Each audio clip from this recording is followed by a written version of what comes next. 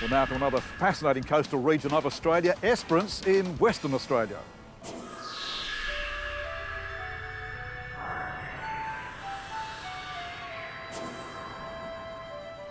Lucky Bay, 50 kilometres east of Esperance on the far southern coast of Western Australia, has been judged the whitest beach in Australia. It's also where we meet the Doc Reynolds, an Indigenous guide with a passion for this area. What a bay this is. Oh, it's magnificent, mate. It's magnificent. You've got crystal clear waters and you've got a natural spring feeding straight into this water. So we could be able to sit down and I'll show you how to drink fresh water right here on Lucky Bay. On Lucky Bay, which was named by Matthew Flinders? Matthew Flinders way back in 1802 when he caught it Lucky Bay in the middle of a summer storm, and he called it because it was lucky to find it. So we've just been down here. Let's see what water we can find. Put your leg on that. Yep. We'll just dig a bit of a channel, you can see the water flowing. All right. Just wait till we get rid of the sand. Yep. I'll dig you one. Oh, I can dig my own. Or you can dig your own. Yep. And the idea is fresh water seeping down through here. Fresh water seeping out of the ground. Yep. And coming into here, we just wait for it to fill up. And all you do is you put your hand down. And you're drinking fresh water. Right on the sea. Bit salty, isn't it? It has a bit of a salt, but that's only because the tide's just gone out. Yeah. So we're just waiting for the fresh water to flush it out, but within another hour or two, it'll be crystal clear in the best filtration system in the world. Western Australia is renowned for its wildflowers, with the Esperance hinterland turning on a beautiful display at the time of our visit. Doc Reynolds knows the wild plants are far more than items of beauty. Many can be eaten. Doc, the bush is alive here in spring. Beautiful kangaroo paws here. We've got the kangaroo paw, which is our state flower emblem. This country here has just recently been burnt, and when the country has been burnt, it starts to generate these beautiful wildflowers, as you can see. And look at these magnificent banksias here. And not only that, you can see how the seeds are here. You know, the magnificent seed of the plant, and of course these are a bush food. You open them up and then you can suck the honey nectar out of them when you get up to the plant.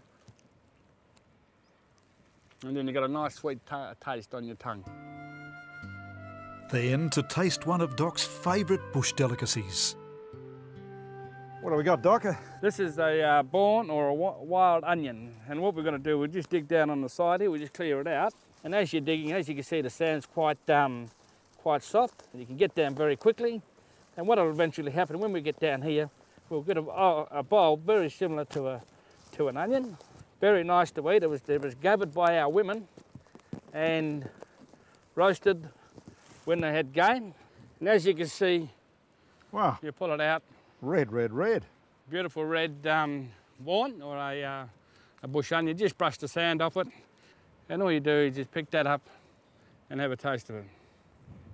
A bit like capsicum. Do you ever do this when we're not around these days? We still do it when we go out. We still go out and show our young kids. They're the future of being able to pass this on. Doc's bush skills extend to the native animals around Esperance. Emus eke out a living in the grasslands here. They're normally a shy creature. Wild emus would never approach humans.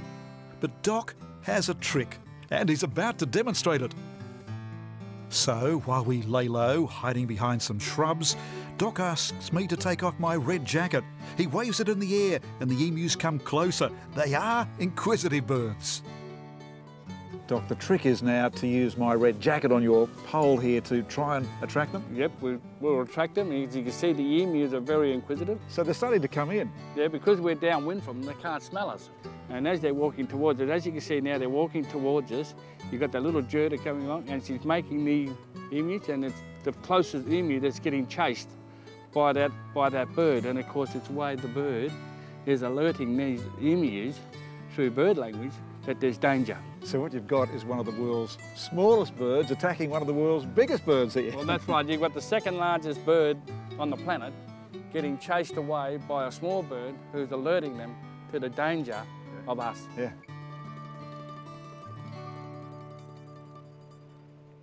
Another Aussie icon found here is the kangaroo, or western grey kangaroo to be specific.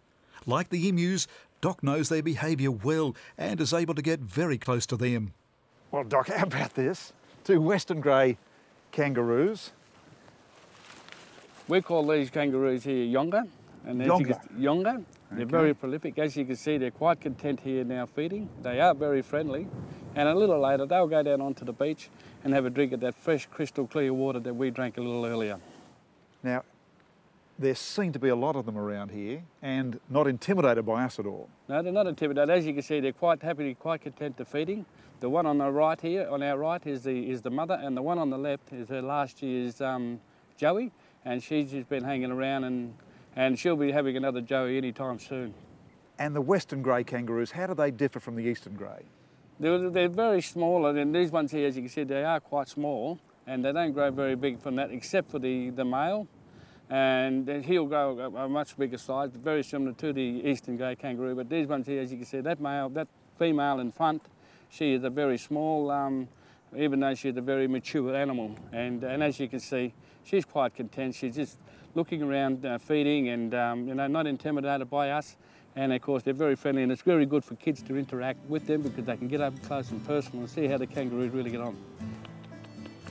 Now, hand feeding is one thing. Doc is about to go one better, promising he can get them feeding right out of his mouth.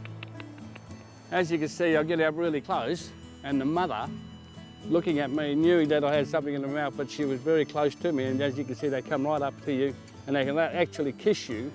You can actually feel their lips on your lips as they're trying to take the food out of your mouth. And it's quite incredible when you can get up that close and with a wild yonga or a wild western grey kangaroo.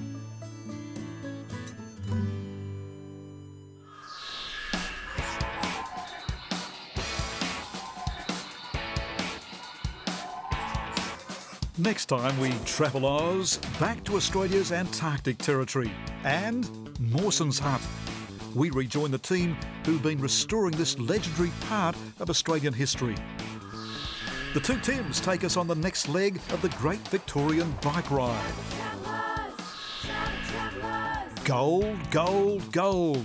The goldfields of Kalgoorlie. And the secrets of Coffs Harbour.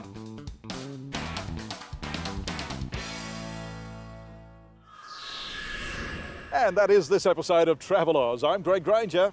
Happy travels.